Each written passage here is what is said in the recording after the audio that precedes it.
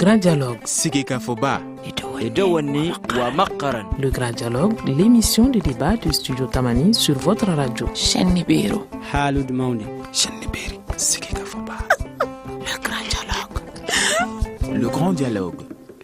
Auditrices, auditeurs, bonsoir. Votre émission Les Grands Dialogues de ce mardi 3 mars 2015 s'articule autour de trois thématiques qui ont une même caractéristique en commun, celle d'être d'actualité. Le préaccord issu des pourparlers intermaliens à Alger, la décentralisation et le discours nord-sud, c'est donc autour de ces trois volets que va se dérouler notre débat d'aujourd'hui. Un débat pour lequel nous avons invité dans ce studio Oumar Sako, président du conseil d'administration de l'Institut malien Action et Recherche pour la paix IMRAP, Madame Traoré Nene Konaté, directrice exécutive de IMRAP, et le docteur Hamidou Magassa, universitaire. Mesdames et messieurs, bienvenue. Studio Tamani. Les préaccords d'Alger, comment est-ce que les Maliens l'aperçoivent de cette question? Nous allons parler de beaucoup d'autres questions. Les préaccords d'Alger, donc, ces documents signés pour le moment par l'État malien et Gatia, la coordination des groupes aux armées s'étant abstenue d'apposer sa signature au bas du texte. Les préaccords d'Alger, donc, c'est la première thématique que nous abordons dans cette émission. C'est un sujet auquel s'intéresse particulièrement l'Institut malien Action et Recherche pour la paix, d'où la présence donc des représentants de cet institut dans ce studio. Alors, je m'adresse à la directrice exécutive de l'IMRAT. Alors, dites-nous, madame, pour vous faire une idée de ce que les Maliens pensent de la question de la gestion donc des questions liées à la paix et au développement, vous avez interrogé 4500 personnes. Que pensent-elles, ces personnes, donc, de ce qui peut paraître comme un obstacle à la paix au Mali? Madame Traoré.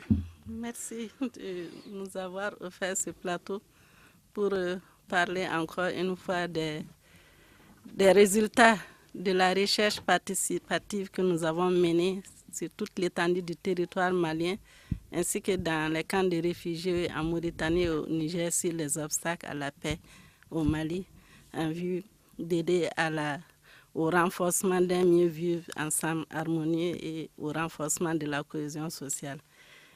Et aujourd'hui, c'est la 5e émission de dialogue autour des résultats de ce rapport et les grands obstacles à la paix dans notre pays ont été passés en revue. Et aujourd'hui, spécifiquement par rapport à l'accord d'Alger, je pense que comme tous les Maliens, tout le monde veut maintenant aller vers la paix. Et on ne peut pas aller vers la paix sans la signature de cet accord. Et le fait qu'on est arrivé à ce stade aujourd'hui est une avancée positive et que nous devons saisir cette opportunité.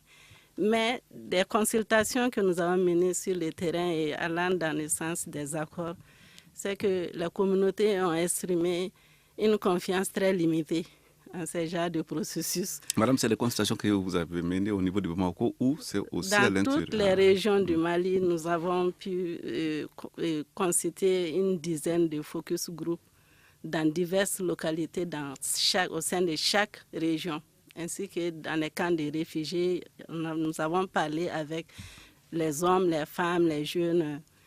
Et donc, ces populations, ils ont quand même exprimé une confiance très limitée par rapport aux retombées positives de ce qui sort des accords.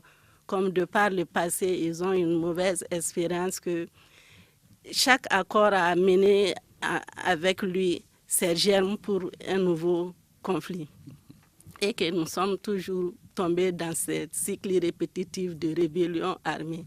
Et donc, cette fois-ci encore, ils disent vraiment il faut qu'on aille, il faut que l'État trouve la solution, que nous sortons de cette situation, mais ils ont une confiance très limitée par rapport aux retombées positives. Oumar Sako, vous qui êtes donc le président du conseil d'administration de l'IMRAP. Oui, tout à fait.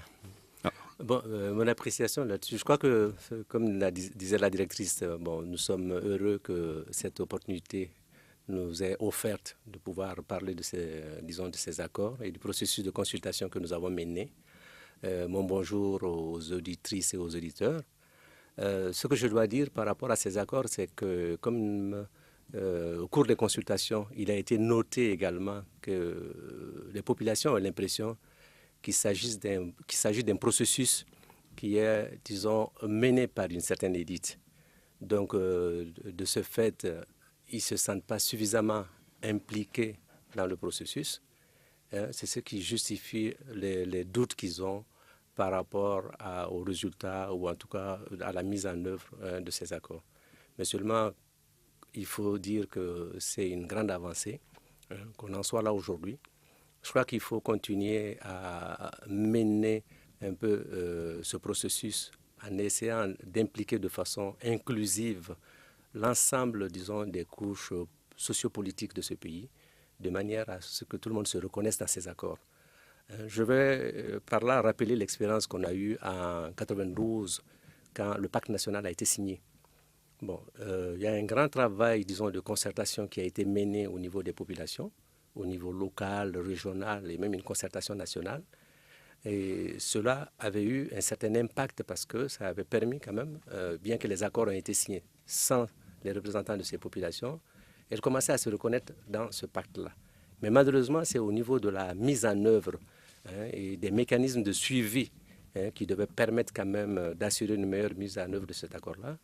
Les choses ne se sont pas bien passées. Donc il faudrait craindre que cette situation ne se reproduise avec cet accord qui vient d'être paraphé. Alors, docteur Amidou Magassa, vous êtes universitaire, vous vous intéressez certainement à cet accord, ce pré-accord conclu à Alger.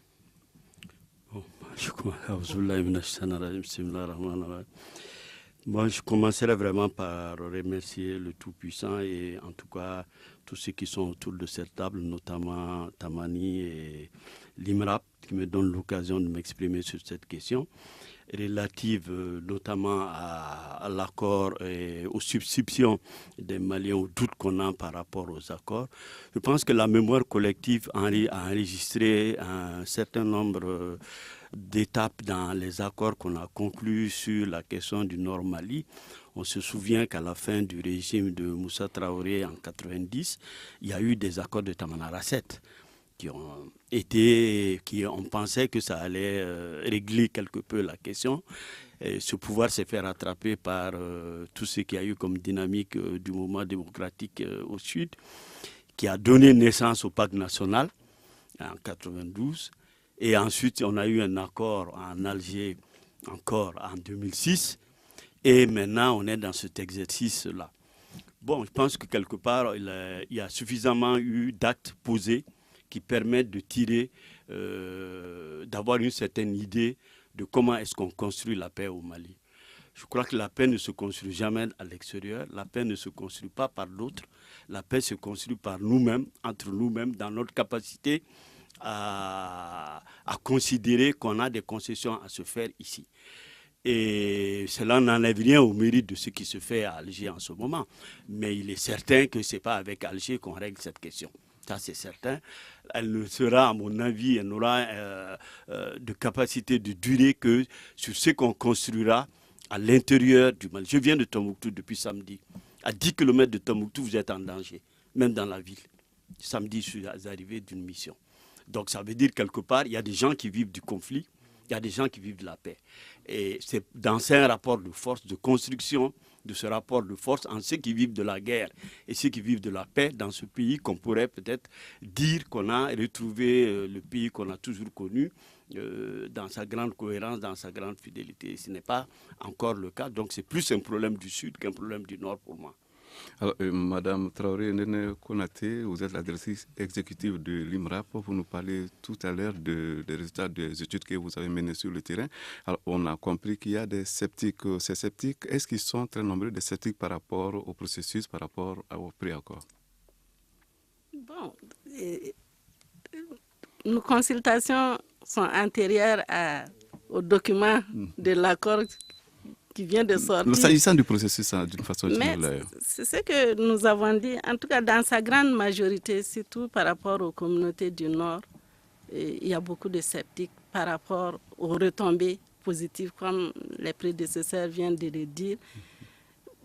Les textes sont beaux, mais c'est souvent dans l'application qu'on tombe dans l'erreur de ne pas vraiment associer les bonnes personnes, des personnes légitimes qui représentent légitimement les communautés. Et dès qu'ils ne se reconnaissent pas dans cette population, donc, du coup, ils rejettent toute avancée possible. Et aussi, ils ont dit que chaque rébellion, chaque résolution à travers les accords porte en eux-mêmes les germes d'un nouveau conflit. Et donc, comme on l'a dit, donc c'est de faire en sorte que vraiment il y ait une large communication autour de cet accord, nouveau accord qui vient de sortir, de se rattraper pour que au moins la plus grande majorité des Maliens puissent se reconnaître dans l'accord et pour faciliter sa mise en œuvre et son suivi. Alors, les personnes que IMRAP a interrogées, ces personnes, qu'est-ce qu'elles veulent comme changement? Elles veulent qu'il y ait des changements. Ces changements, c'est à quel niveau? Je pose la question à Oumar Sako. Je pense que, comme le disait le docteur Magassa tantôt, le pays a connu en 2012 une crise très grave qui a profondément affecté le tissu social. Et on a vu que quelque part, il y avait une grande crise de confiance également entre les populations elles-mêmes et entre les populations et les gouvernants. Donc il faut arriver à recréer une certaine confiance entre les populations elles-mêmes et entre les populations et les gouvernants. Et cela passe par, le recours à des gens qui ont une certaine légitimité, en tout cas, ou de leaders d'opinion dans ces populations-là, dans un mouvement d'ensemble très inclusif, qui permet d'amener tout le monde à participer d'abord à la compréhension de cet accord, parce que, comme on le disait tantôt, il a été signé à l'extérieur, il est, disons, paraphé. Mais maintenant, il y a tout un travail d'appropriation à faire. Il y a beaucoup de choses qui sont dans cet accord-là qui ne sont pas encore clairement précisées. Tout cela, c'est dans un grand mouvement d'ensemble collectif qu'on va pouvoir arriver à s'approprier tout ça et ensuite à dégager la stratégie de mise en œuvre ensemble. Alors, Studio Tamani, dans quelques dizaines de secondes, il sera 12h30, c'est l'heure d'observer la pause. Retrouvez Studio Tamani sur les réseaux sociaux. Commentez sur Facebook et Twitter nos informations, nos photos et nos vidéos. Prolongez le débat sur Studio Tamani. Nous abordons la deuxième partie de ce débat. Elle est consacrée à la décentralisation. Alors, la notion occupe une place non négligeable dans le préaccord, dans le processus d'une façon générale. La décentralisation est préconisée depuis plus d'une décennie par les autorités pour résoudre pas mal de problèmes. Est-ce que cette décentralisation est suffisamment comprise à la base? Je crois que nous allons poser la question encore à Madame Traoré Nene Konaté. Merci. Comme vous l'avez dit, je pense que depuis plus d'une décennie, au regard des nombreux profonds problèmes dans la gouvernance de ce pays, la décentralisation était venue comme une politique devant aider à améliorer la gouvernance. Et donc, de nos consultations sur le terrain, en tout cas que ça soit au nord, au sud comme au centre, de prime abord, les gens disent nous n'avons pas bien compris la décentralisation, c'est pourquoi il y a tant d'insuffisances. Mais lorsque nous sommes repartis au niveau des consultations régionales et que nous avons essayé de mieux comprendre qu'est-ce que les populations ne comprenaient pas de la décentralisation, nous nous sommes rendus compte que cette compréhension de la décentralisation va au-delà des structures institutionnelles de la décentralisation, mais pose au fait des profondes insuffisances par rapport au mécanisme de mise en œuvre et au jeu des rôles des acteurs et aussi le déficit de redevabilité des gouvernants vers les communautés. Et ça questionne même la participation effective des citoyens à ce processus de décentralisation. Et c'est ce que les populations dénotent beaucoup. Ce n'est pas tant par rapport à la structure, mais c'est par rapport à la mise en œuvre. Oumar Sako. Oui. Disons que pour compléter cela, je crois que ce que les populations ressentent aussi, c'est un problème de redevabilité des gouvernants par rapport aux gouvernés. Les gens ont le sentiment que, parce que vu tout ce travail d'instrumentalisation qui a été opéré par certains des gouvernants, les populations ont une sorte de défiance et souhaiteraient qu'on puisse leur rendre compte de la mise en œuvre ou en tout cas dans la gestion des affaires publiques. Mais ce qui est certain, c'est les populations ont également reconnu au cours des concertations que cela ne pourra pas se faire sans qu'elles-mêmes ne jouent leur partition. C'est aux populations elles-mêmes de s'organiser dans un élan civique, disons, je dirais citoyen, pour pouvoir aussi demander des comptes aux gouvernants. Et je crois que c'est comme ça qu'on peut aller vers un changement dans la situation. Et je dois reconnaître que tout cela aussi ne sera possible tant qu'il n'y aura pas une certaine masse critique de gens engagés dans ce mouvement-là. Et donc, dans les perspectives à venir, il y aura lieu d'œuvrer à cela si on veut conforter ce processus de décentralisation, malgré les grandes résolutions qu'on a prises au niveau des États généraux. Le docteur Amidou Magassa. Bon, moi, je l'aborde vraiment d'abord par l'entrée. La décentralisation, ce n'est qu'une réforme de la gestion des affaires publiques. Et qui dit réforme, dit changement, qui s'adresse à ceux qui doivent vivre ce changement-là, donc aux populations.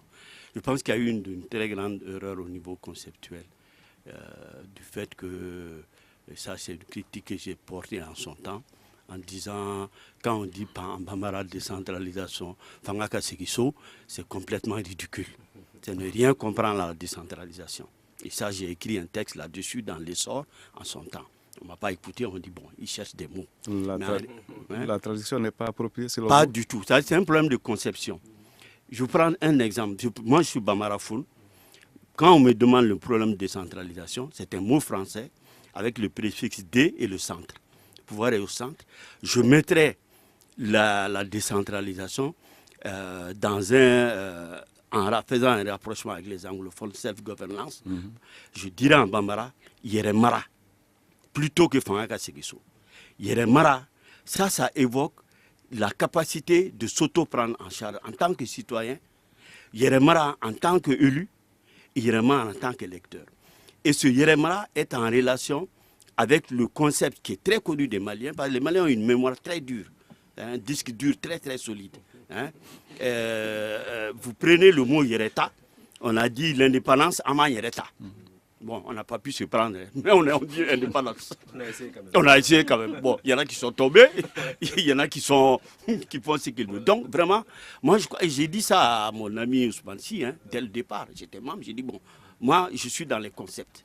Si vous ratez le concept, vous amenez un concept comme ça, Fangaka Sekiso, c'est complètement ridicule. Ça veut dire que vous n'avez ni compris la décentralisation ni la langue. On m'a dit, on a été voir ça, les mandingues, les griots. J'ai dit, bon, il faut quand même, c'est un peu plus constructif. Les griots, c'est très bien, mais il faut quand même réfléchir sur les... Donc, impasse sur le concept. Est-ce que cela veut dire qu'il faut repartir à zéro? Non, pas repartir à zéro, simplement on continue. Mais il faut dire que l'entrée est mauvaise. Quand l'entrée est mauvaise, il faut régler le problème de l'entrée. Vous savez, on est dans ce studio, on est passé par une porte, pas par la fenêtre. Donc, rentrons par la porte. Deuxièmement, la mise en œuvre est complètement passée à côté, comme tout le monde le sait. Il y a aussi au Mali une tradition institutionnelle où les gens apprennent à vivre ensemble dans des grandes familles, dans des quartiers, dans des villages. Et ils ont un itinéraire intellectuel, ils ont un itinéraire ethnique. Si vous ne suivez pas cela et que vous allez plaquer 103 communes sur une histoire où des gens sont dans des sites de peuplement qui ont un millier, mais vous passez à côté. Vous passez à Bamako, regardez. Qu'est-ce qui est décentralisé à Bamako? Donc vraiment, je crois qu'il faut quand même qu'on arrive, qu'on soit un peu, qu'on n'aille pas trop vite en besoin de réforme, de changement, et que ça ne se décrète pas seulement par des lois, aussi bien que la paix. Ça se construit de manière individuelle. Et ça, moi, je crois à l'individu, je crois aux citoyens. Et ça se construit sur la base de la mémoire collective du citoyen, dans sa famille, dans son quartier et dans son identité. C'est pas ça. Décentralisation, on passe. Je veux vous dire une chose par rapport à la paix. On a mis la paix, le pacte national parlait de statut particulier. La décentralisation a été à la limite un piège pour régler le problème du statut particulier du Nord. On s'est substitué à ça. On a donné aux Touaregs, je m'excuse, hein, moi je suis Bambara, c'est eux qui ont mangé dans la décentralisation. L'Agence nationale d'investissement des collectivités territoriales, vous savez quel est le ministre qui a mangé là-dedans depuis qu'il était au pouvoir. Vous le connaissez, je ne veux pas le nommer. Mais les milliards, c'est lui qui les a mangés. Maintenant, il est au gouvernement. Tant mieux. Donc, quelque part, ça a été le piège que le président Konaré a dû trouver pour dire aux Touaregs, vraiment, votre place dans la gouvernance, c'est la décentralisation. Ou l'autre aussi. Bon, maintenant, je crois que ça suffit. Ça suffit, on ne peut pas complètement être dans cette histoire. Moi, j'ai beaucoup plus de réserves dessus, hein, et la mise en œuvre va complètement passer à côté. Alors, Si voilà. On le disait, plus d'une décennie de décentralisation. Alors, le bilan est-il complètement négatif selon les Maliens? Je pose la question à Mme Traoré Nene Konaté. Je ne ferai pas le bilan de la décentralisation. Je pense que cela revient aux acteurs légitimes. Oui, mais vous êtes intéressé à la question auprès des gens que vous avez interrogés, non? Les gens que nous avons interrogés, en tout cas, se demandent aujourd'hui si la décentralisation a été une solution au problème de gouvernance ou bien si c'est devenu le problème aujourd'hui. Et je pense qu'à travers ce que nous venons d'entendre, et par rapport aux défaillances de la mise en œuvre, la décentralisation aujourd'hui pose plus de problèmes que de bien aux communautés.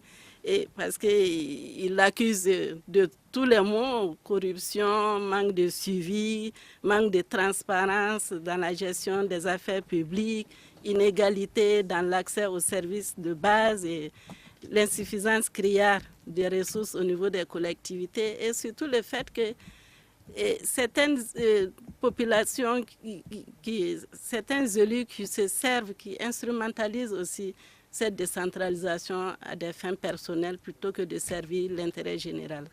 Alors, la décentralisation est un échec. Qu'est-ce que vous en pensez, Oumar Sako? Je ne saurais non plus tirer ce genre d'appréciation. Laissons cela à ceux qui ont la charge de ce genre d'appréciation. Mais ce que je dois dire, comme on le disait tantôt, il faut tirer quand même les leçons de ce qui s'est passé.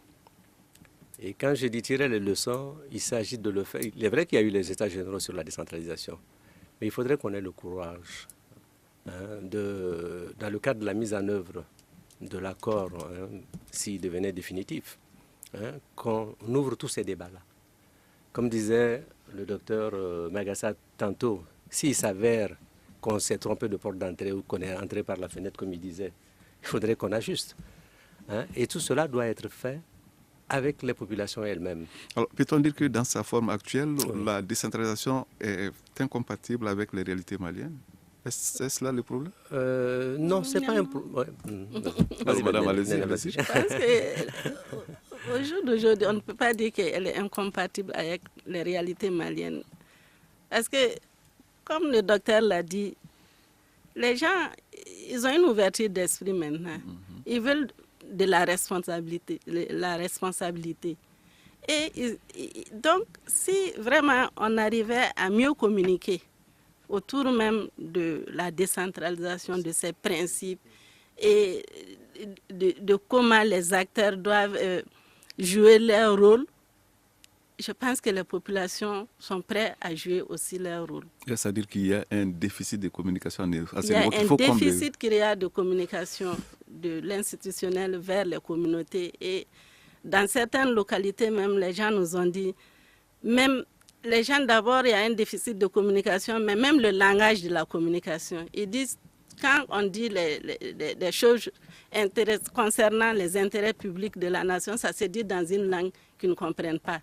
Donc, ils tournent le dos à la télévision plutôt que de regarder ce qui se dit parce qu'ils ne comprennent rien dans ce qui se dit. C'est comme s'ils disaient que ce message n'est destiné qu'à l'élite. Bien sûr. Le docteur Amidou Magassa? Non, mais ça c'est évident. Ce n'est même pas destiné à l'élite, c'est destiné aux partenaires techniques et financiers, pour ceux qui payent.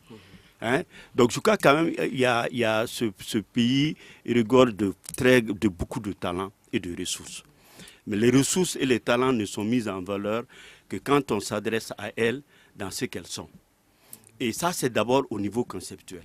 On ne peut pas penser balancer des mots très faciles, qui sont à la mode, pour pouvoir dire, voilà, on avance. Personne n'avance avec vous et vous vous retrouvez seul sur la route. Et c'est ça un peu qu'on a de cette expérience. Et le problème de concept, on a une dizaine de langues maliennes. L'effort doit être fait.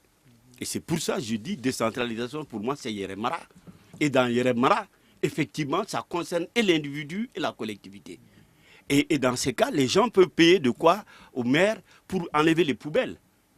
Mais personne ne paie un maire pour une taxe municipale à Bamako pour enlever les poubelles. On préfère les payer à des GIE parce qu'on sait que le maire, il va en faire un autre usage là. Mais c'est ça la décentralisation. C'est les capacités autonomes propres de se gérer en tant qu'individu, dans la famille, dans la société, etc.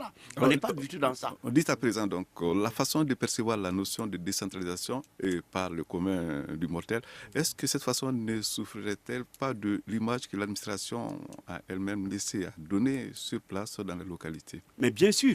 Le modèle que la décentralisation a, c'est le modèle du commandant. Au lieu de tourner le dos au commandant, le maire veut faire comme le commandant. Alors, sur le dos du paysan, tu as à la fois le maire, tu as le commandant et tu as je ne sais qui d'autre.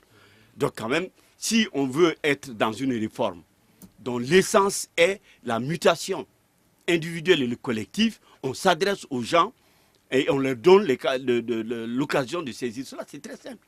En anglais, on dira self-governance, je me gère. En français, décentralisation, c'est un préfixe. En bambara, dire Yeremara. Et dans la mémoire collective, Yeremara ni Yereta Benyona.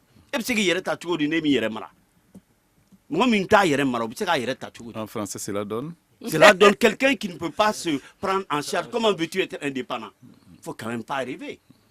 Être indépendant, être libre, c'est se donner les capacités de se prendre en charge. C'est là la première base. Alors, balancer des mots indépendants, libres, démocrates, etc., c'est facile. C'est facile pour ceux qui en vivent. Et ce n'est pas forcément les paysans, ce n'est pas forcément les citoyens. Et il en vit pour ceux qui payent. Et ceux qui payent, c'est les partenaires techniques et financiers.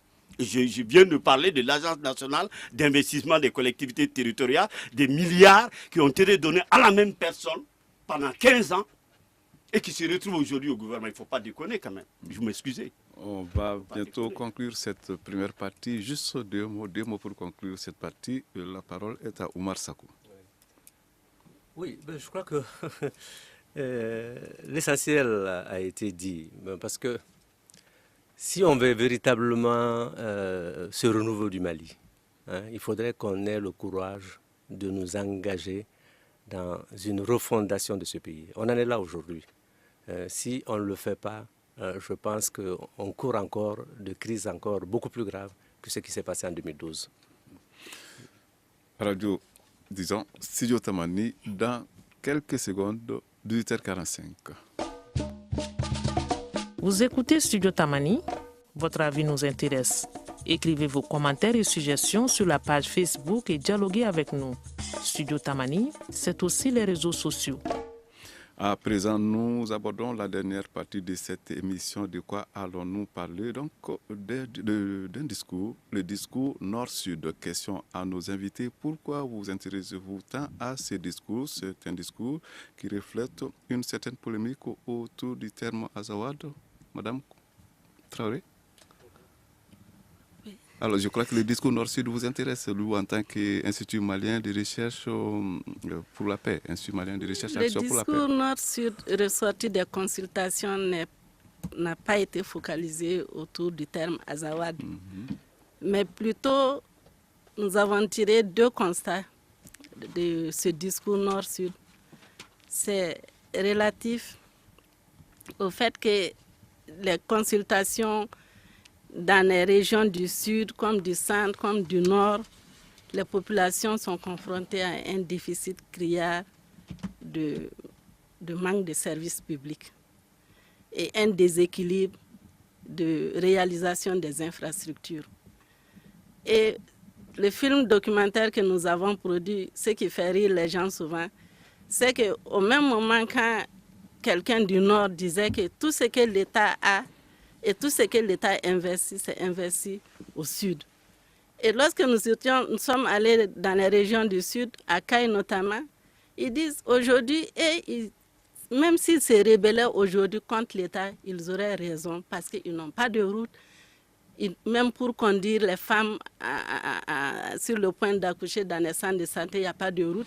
Donc tous les investissements de l'État, c'est au nord. Alors, et donc, ils interprètent cela comme des sentiments d'injustice de l'un envers l'autre. Donc c'est en ces termes que le discours nord-sud est sorti autour de nos concitoyens. Vous voulez dire donc au nord, certains estiment qu'on a tout donné, au sud aussi, on peut entendre qu'on a tant investi au nord en termes d'argent. Alors dites-nous, sur quoi chaque parti s'appuie alors? Bon, chaque parti s'appuie sur les réalités qu'ils vivent. Et c'est ce qui est intéressant dans l'exercice que IMRAP a mené, du fait d'avoir utilisé l'outil audiovisuel qui a permis de comprendre aux gens du Sud que ceux qui vivent, que les mêmes choses sont vécues au nord, ou bien comme à Sigasso, ou comme dans la deuxième région. Cet outil, souvent les gens disent, ah, on ne savait même pas qu'à Nara, il y avait aussi un problème d'eau criarde. Donc chacun vit, chacun analyse la situation par rapport à la réalité qu'il vit. Mais ce qui est important de souligner ici, c'est que dans cette situation de discours, il faut aller au-delà des analyses qui ont été faites sur les crises antérieures et que même cette fois-ci, beaucoup d'analyses ont repris comme si la rébellion est liée à une question politique ou bien seulement à des déficits de développement économique, pour analyser en profondeur vraiment les vraies causes qui font qu'aujourd'hui les populations vivent cette situation d'inégalité, d'inégal accès aux infrastructures et aux services publics de base. Donc, personne n'a raison, personne n'a tort, madame.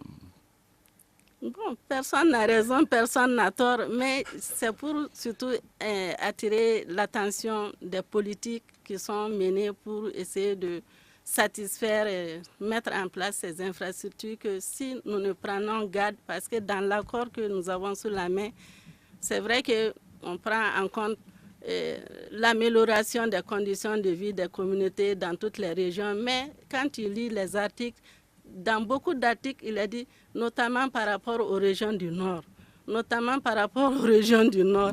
Et ce qui est sorti, en tout cas, de nos consultations, lorsque nous étions surtout, c'était dans la région deuxième région vers Kangaba. Mais la crise que le Mali a vécue, ça pouvait commencer chez nous pour s'étendre à tous les pays. Donc nous vivons tous les mêmes problèmes, parce que dans toutes les régions du Mali, il y a aujourd'hui des conflits latents qui datent depuis des années, qui sont non résolus et qui sont source de frustration permanente. Donc, si bien que si on ne prend pas garde par rapport à la mise en œuvre de cet accord, nous allons rentrer dans un cercle vicieux de création ou bien de renforcement des inégalités entre les régions. Et une des causes profondes de cette crise, c'est les inégalités qui existent entre les régions. Docteur Amidou Magassane. Je partage entièrement ce point. On a un problème de fond qui est un problème de distribution et redistribution du pouvoir de manière équilibrée. Et le pouvoir, il est partout. Hein. Et l'absence de pouvoir est également partout. Ce n'est pas une question de nord-sud. On pense toujours que l'autre rive est toujours verte quand on est d'un côté. Malheureusement, la logique dans laquelle on s'est inscrit dans la gestion publique est une logique complètement jacobine, centralisée, et on pense qu'on a le pouvoir, on donne aux autres. Mais les autres n'ont pas besoin de ce que tu leur donnes. Ils ont leur pouvoir. Le jour où ils vont l'utiliser contre toi, tu te rends compte que tu n'existes pas. On peut donc dire que toute la polémique émane de la gouvernance en général. Non, mais c'est clair. Le problème fondamental, c'est le problème Il n'y a pas de problème au nord du Mali, il y a un problème au sud du Mali. Moi, c'est mon point de vue. Et à quelque chose, malheur est bon. Vous voulez dire que tout vient du sud. C'est tout. Et le sud, c'est Bamako. Moi, si on me donne le pouvoir, je déménage la capitale, je vais à Sévaré. Et je l'ai dit l'autre jour à l'Institut français. On n'a pas été à Bamako, là. Traverser le fleuve, là, avec 3 ponts qu'on a mendiés. Et au moins, on se met dans une plaine où il n'y a pas de problème de pont à mendier. Voilà. Donc, vraiment, soyons sérieux. Moi, je viens de Gao. De Sévaré à Gao, on met 6 heures de temps. C'est une route qui a été faite par Moussa. Aujourd'hui, on met 6 heures de temps, mais c'est horrible. On est obligé de quitter le goudron pour juste faire le parcours Sévaré-Gao. Donc vraiment, et imaginez que de Sévaré à Gao, vous allez à Kidal, vous allez à... Donc vraiment, on est complètement déséquilibré. Et puis, ça nous tombe sur la tête.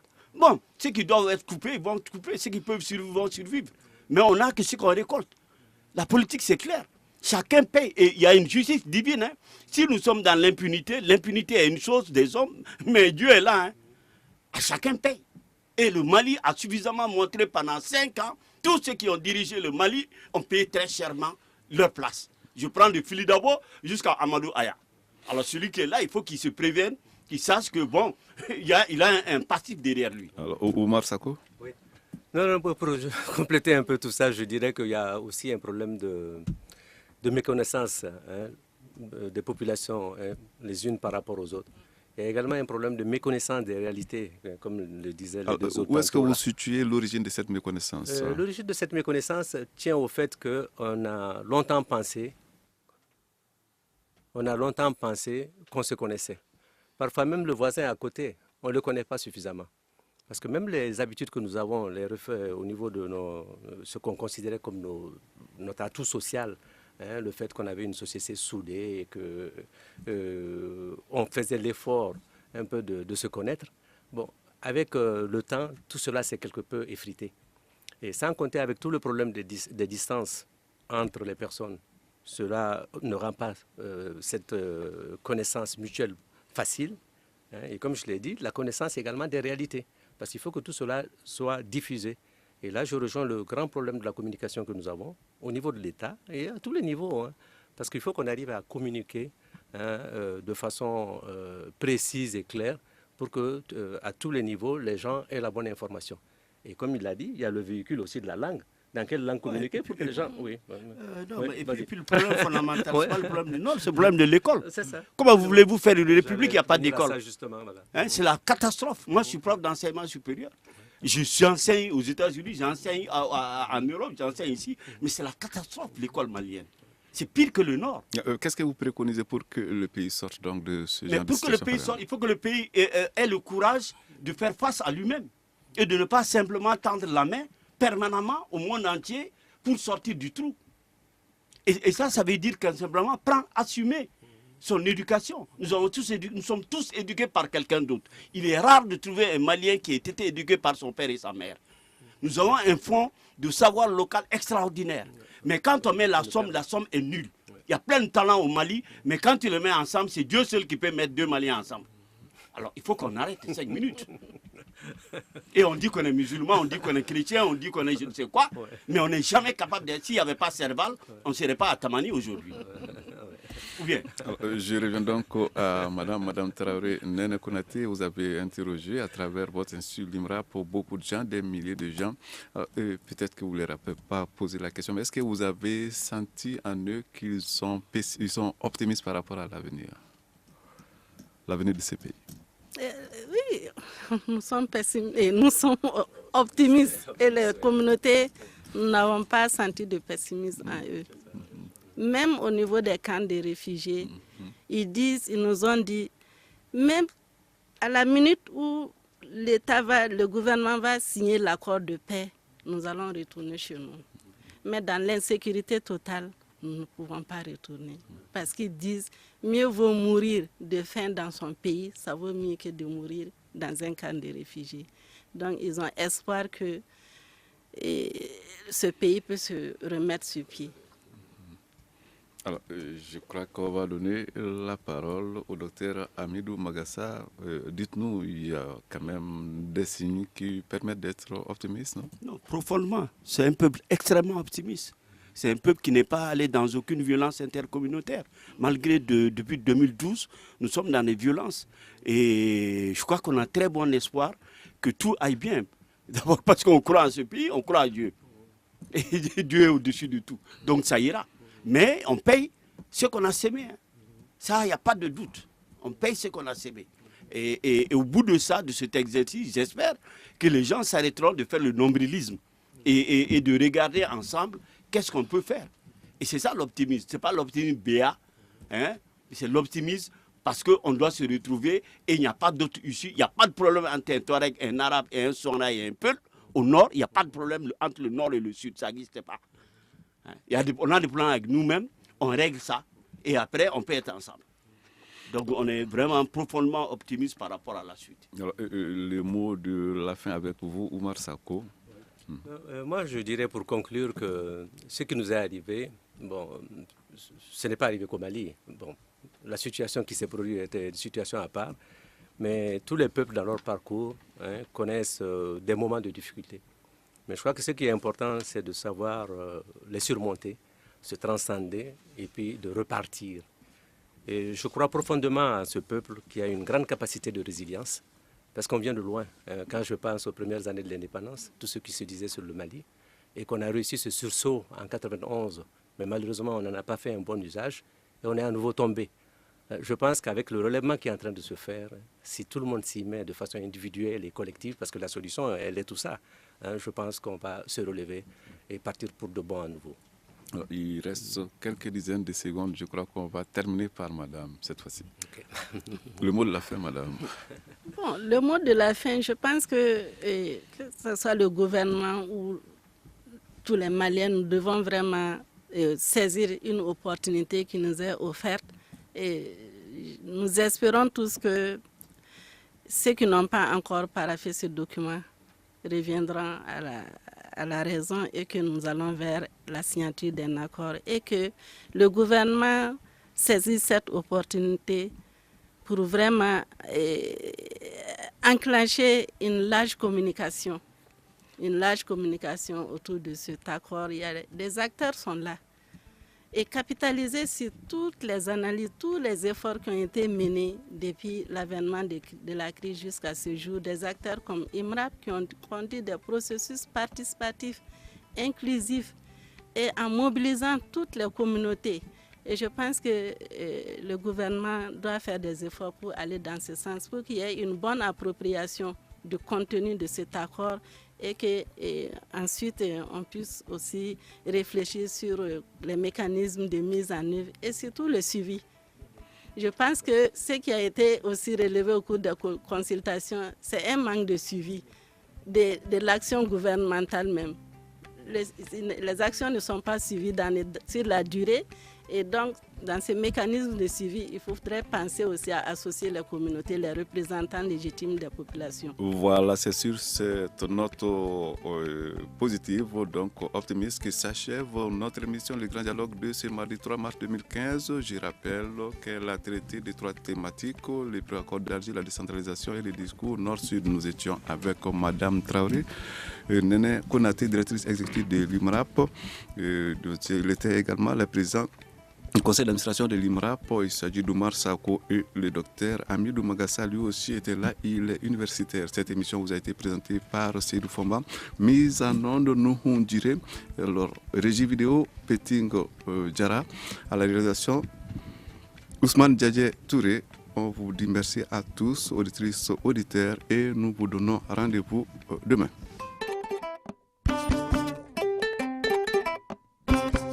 Le Grand Dialogue.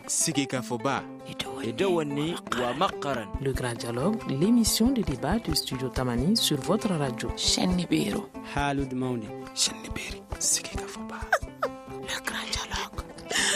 Le Grand Dialogue.